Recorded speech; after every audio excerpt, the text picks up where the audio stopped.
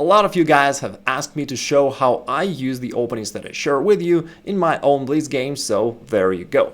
Today I'd like to cover one of my favorite openings for Blitz, which is the opening B3. It's a very universal opening because you can use the exact same setup as black when you're playing B6 on the first move. And there we go with the first game. I'm playing white, B3, E5, bishop B2. So here you can already see that this bishop starts to put pressure on black and the pawn needs to be defended. Now we play pawn to E3, enabling for the other bishop to go out and put some pressure over that diagonal. D5, bishop B5.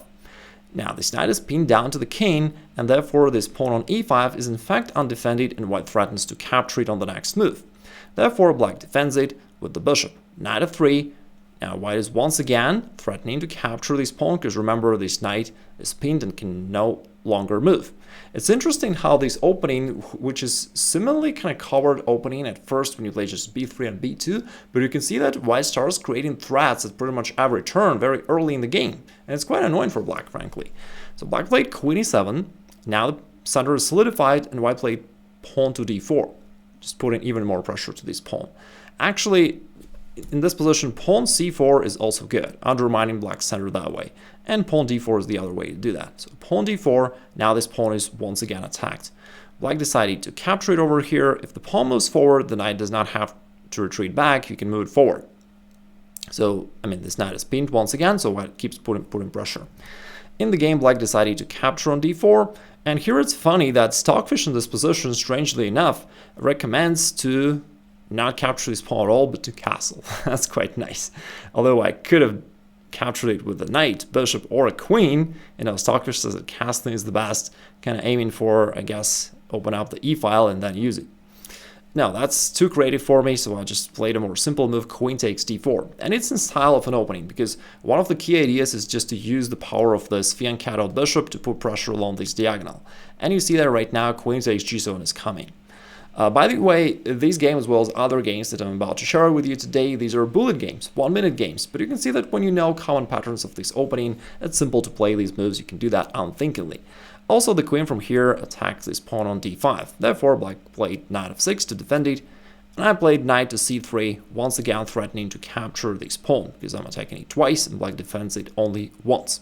This knight is still pinned, still cannot capture the queen. Black played bishop e6, protecting this pawn on d5, and now there's another pretty cool thing. So there is a move knight to e5. Now, why should white play this move instantaneously? It's because if not, black is ready to castle, perhaps kingside, which will unpin this knight on c6. And after that, it will be too late to try to make use of this pin. Therefore, white should hurry and make use of the pin right now. So knight e5 puts more pressure to this pinned knight.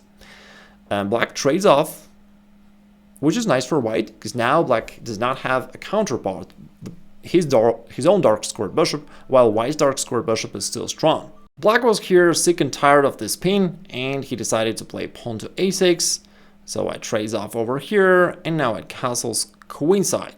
Now, white could have castled kingside just as well, but I castled queenside, and you'll see why in a second. After black castles, there is a common idea that thanks to this battery of queen and bishop, you can actually create a pretty powerful attack against black's king. And one of the common ideas is to push the pawn forward g4, g5, trying to get rid of this knight from f6 so that it clears the path for our battery along this diagonal. And g4 is quite a cool move because black cannot capture it with his own bishop, you know, that would drop the queen. If instead black captures it with the knight, that would lead to a variation similar to what happened in the actual game. In the actual game, black did not capture this pawn, but instead played knight d7, trying to get rid of this annoying queen because it is currently attacked. But, you know, white can still use the power of this diagonal, and after knight takes d5, black actually resigned. Now, what's the catch here? Well, first of all, you can see that this knight sack opens up this diagonal. Now there is nothing there, and queen takes g7 is coming. And therefore, if black wants to stop that and capture white's queen here, then after knight takes e7 check to the king, and after king moves, bishop takes e5, white grabs the knight, and white is currently up a piece with a winning position. In the next game, I'm playing black, so I'm playing here pawn to b6. By the way, if you haven't watched my video about this opening, where I cover exactly how you play it as black, I'll drop a link down below and somewhere up there so that you can check it out later. Anyway, white goes pawn d4, bishop b7.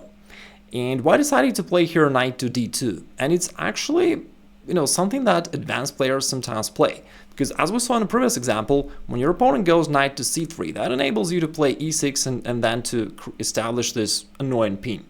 That's why sometimes your opponents will play knight to d2, hoping that that keeps them fully covered.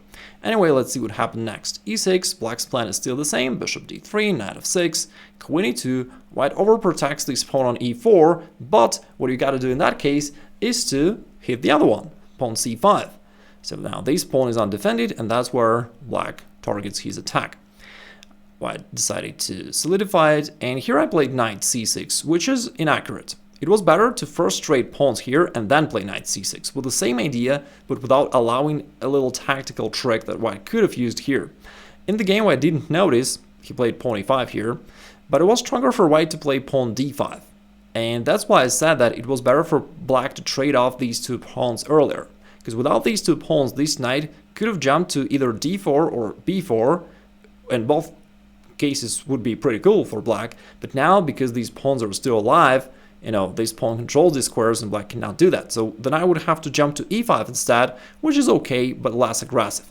So it was better for black to first trade pawns and only then to develop the knight over here. Anyway, luckily for me, my opponent didn't notice this idea and he played pawn e5, which looks aggressive, but in fact, kind of helps black. Knight goes here to d5, this pawn on d4 is still under the attack, white defends it. And here, after an exchange on d4, there is another common idea for black on how to attack. So I played knight to b4, attacking this bishop. And the point is, the bishop cannot really go away too much because it has to guard the c2 square just as well. From here, the knight would fork the king and the rook. And so, for example, it can't go here because of knight c2 with this fork. Okay, and if white wants to save this bishop because it's his most active piece, which can be very useful in a middle game, he's gonna drop the bishop back to b1, which is what my opponent did. But that actually makes things even worse for white. Because here, black had to move knight f4, which is very strong, or another one which I played in the game, bishop to a6, hitting the queen. Notice that the bishop is protected by the knight, which is nice.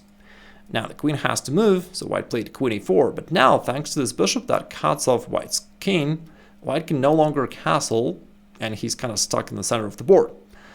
I play rook c8 because black has this active c-file, and it actually hits the bishop, and my opponent even blundered it. He played pawn a3. Again, remember, these are bullet games, so both players are playing very quickly, so white just overlooked that rook to c1 is a checkmate in one.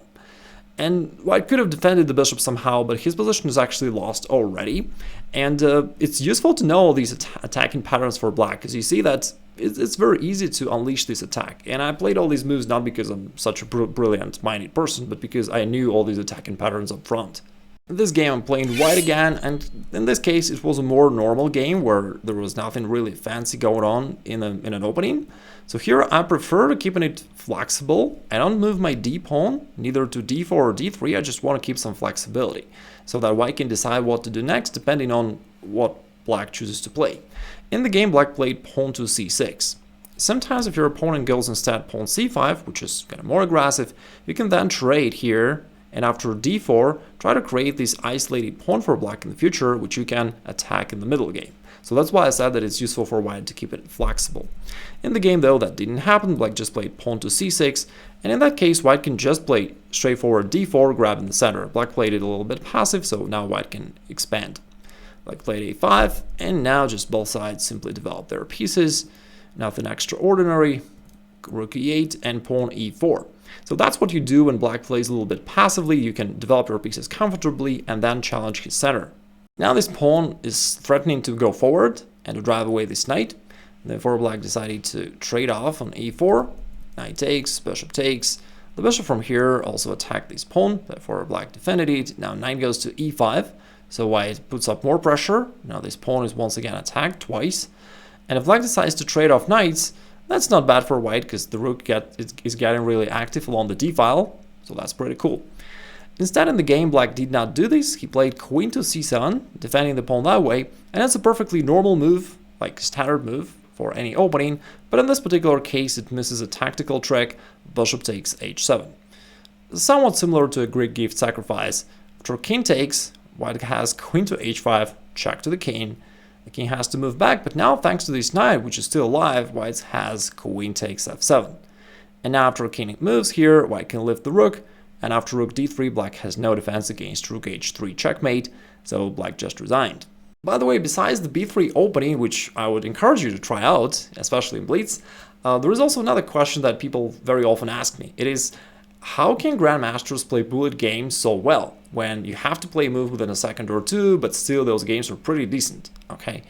And the answer is, it's not because they can calculate variations or visualize something for many moves ahead, like many people assume that those GMs are some inhuman or superhuman creatures. That's clearly not the case. They're absolutely human. But the point is, they know the main principles, strategic principles of chess, and they train them so that after this training, they automated the skill and they can now follow it unthinkingly. Just like you can probably drive a car without thinking about this too much. You don't have to think exactly where to push and how to turn the wheel, right? It's automatic and you just follow it. So if you want to automate these most important strategic principles of chess, I would recommend that you check out my course, The Grandmaster's Positional Understanding. I'll leave a link below so that you can see exactly how I think while playing a game of chess. You can train the same thing and hopefully bring your chess to the next level very quickly. So if you're interested, check it out. If you have any questions about this b3 opening, or if you have any requests about the next openings you'd wish me to cover, feel free to write them down in the comments below and I'll be sure to follow up. Have a great rest of the day. Take care. Bye.